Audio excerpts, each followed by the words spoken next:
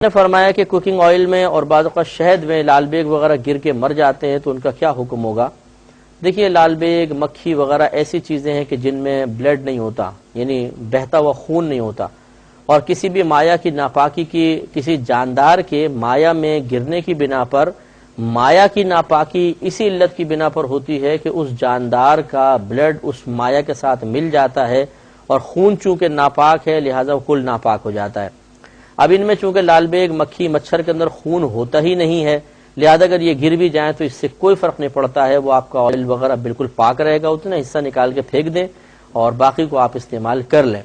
اگر بالفرض آپ کی طبیعت کا میلان نہیں ہو رہا، طبیعت میں کراہت پیدا ہو رہی ہے، تو کسی غریب کو دے دیں، بغیر بتائے دے دیں، یہ کوئی گناہ نہیں ہے۔ لیکن اگر اس کو ضائع کر دیا، پھینک دیا، تو یہ گناہ ہوگا، اس لیے خود یوز کر لیں، کوئی حرج نہیں ہے، ورنہ کسی غریب کو صدقہ کر دیں۔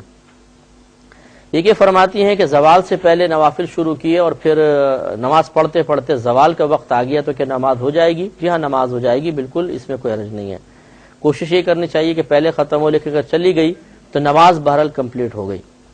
یہ کہتی ہیں کہ اگر مقتدی تحیات میں مثلا بیٹھا ہوا ہے اور اس کو وضو ٹوٹنے کا اندیشہ ہے، گمان ہے، تو وہ اس خوف کی وجہ سے کہ میرا وضو نہ ٹوٹ جائے امام سے پہلے سلام پھیر لے، تو کیا یہ شرعاً جائز ہے؟ لیکن شرعاً جائز نہیں ہے، جب تک امام سلام نہیں پھیر لیتا مقتدی نماز کے اندر رہے گا، لہٰذا اس کو چاہیے کہ امام کا انتظار کرے، اور اگر وضو ٹوٹ رہا ہے تو پھر ٹوٹنے دے، پھر جا کے دوبارہ وضو کر کے اس نماز پر بنا کرے یا نئے سرے سے نماز پڑھے، لیکن پہلے سلام نہیں پھیر سکتا۔ یہ کہتی ہیں کہ ہم نے سنا تھا کپڑے میں لپٹ کر نماز پڑھنا مکروہ تحریمی ہوتا ہے، تو میں تو اکثر ایسا کرتی ہوں کہ بڑی چادر کے اوپر لپیٹ کر نماز پڑھتی ہوں۔ دیکھیں، کپڑے میں لپٹ کر جو نماز پڑھنا مکروہ تحریمی لکھا ہے، اس سے مراد بہت ہی ٹائٹ کپڑا ہو کہ یوں ہاتھ پھنس جائیں اس کے اندر اور پھر وہ ارکان بھی صحیح طرح ادا نہ ہو، یہ مکروہ تحریمی ہے۔ ورنہ یہ تو مستحب ہے کہ عورت اگر بڑی چادر، پھیلی ہوئی چادر اچھی طرح اوپر لے کر اپنے آپ کو پورا اندر چھپا کر نماز ادا کرے تو بہت افضل اور مستحب ہے، تو مطلقاً منع نہیں ہے۔